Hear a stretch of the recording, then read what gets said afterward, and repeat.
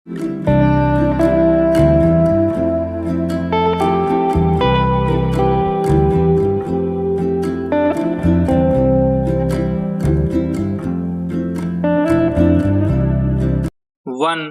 2, 3 start. अध्यक्ष महोदय, आज जो किसान है गन्ना पैदा करता है वह परेशान है कि क्या होगा, हमारा यह व्यापार रहेगा या नहीं रहेगा, उसका यह व्यापार चलेगा या नहीं चलेगा। एक तरफ तो यह कहा जाता है कि किसानों को गन्ने की ज्यादा कीमत मिले। हम किसानों की सहायता करना चाहते हैं और किसानों से हम यह आशा करते हैं कि वे अधिक पैदा करें, लेकिन दूसरी तरफ किसानों को जो मिलने वाली चीजें हैं उन पर नए कर लगाए जाते हैं। केवल केंद्र सरकार ही नहीं बल्कि राज्य सरकारें भी कर लगाती रहती है। अधिक उपज के लिए किसानों को कुछ चीजों की आवश्यकता है जिनकी पूर्ति करना बहुत आवश्यक है। उनको ऐसे साधन चाहिए जिनको वे खेती में उपयोग कर सकें। हमारे प्रदेश में बड़े बड़े बांध बने हैं और उनसे बिजली पैदा होती है, लेकिन बिजली घर का कहीं पता नहीं है। बिजली घर यदि बना भी हुआ है तो भी उनको बिजली नहीं मिलती है। नलकूप पड़े हैं लेकिन चालू नहीं किए जा रहे हैं। जहां पर बिजली पहुंची भी है वहां के जो किसान हैं वे भी दर दर की ठोकरें खाते फिरते हैं, लेकिन उनको बिजली नहीं मिलती है। बेचारे किसी तरह से कर्ज लेकर डीजल पंप खरीदते हैं और उससे वे काम चला रहे हैं, लेकिन अब सरकार ने डीजल तेल पर भी कर बढ़ा दिया है। इसका नतीजा यह होगा कि उनके पंप पड़े रह जाएंगे, फिर आपको कहां से अन्न मिलेगा।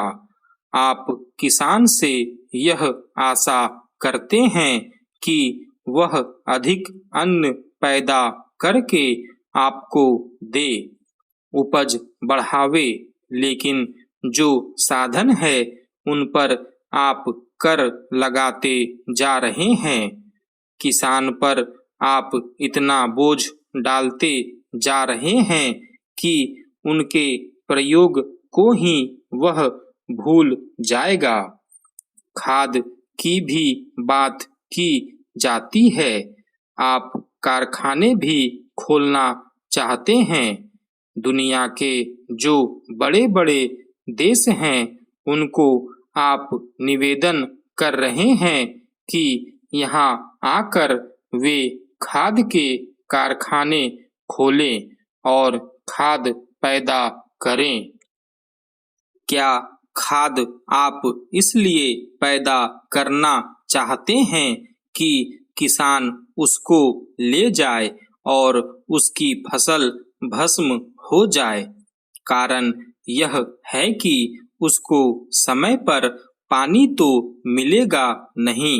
अगर पानी नहीं मिलेगा तो खाद किस काम आएगा? इसलिए आवश्यकता इस बात की है कि उसे पहले पानी दिया जाए। अध्यक्ष महोदय, मैं आज एक ऐसे विषय पर बोलने जा रहा हूँ जो देश के सामने एक बहुत बड़ी समस्या बना हुआ है। आजकल कृषि पर बहस चल रही है। मैं कल से सुन रहा हूँ। कई लोगों ने तो सरकार की बड़ी प्रशंसा की है कि वह बहुत ही अच्छा काम कर रही है। मैं मंत्री महोदय से एक प्रश्न करना चाहता हूँ। मार्च में मंत्री महोदय ने एक प्रश्न के उत्तर में कहा था कि 2 वर्ष में हमारा देश आत्मनिर्भर हो जाएगा। मैं जानना चाहता हूँ कि ऐसा कहने के पीछे उनका आधार क्या है। कौन से उनके पास ऐसे प्रमाण हैं जिनके आधार पर उन्होंने इस प्रकार की घोषणा की है।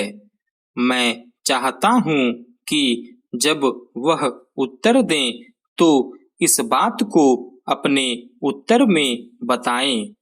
आप जानते हैं कि इस देश में 80% लोग खेती करते हैं और उसके बाद भी आज हमारे देश का सम्मान दूसरे देशों में कितना है। आज हम दूसरे देशों से देश के नागरिकों के लिए खाद्यान्नों का आयात काफी मात्रा में कर रहे हैं। खाद्यान्न की स्थिति बिल्कुल संतोषजनक नहीं है। देश में जहां लोग 80% खेती करते हैं, हम भोजन के मामले में भी आत्मनिर्भर नहीं हुए हैं। इसके कुछ कारण हैं।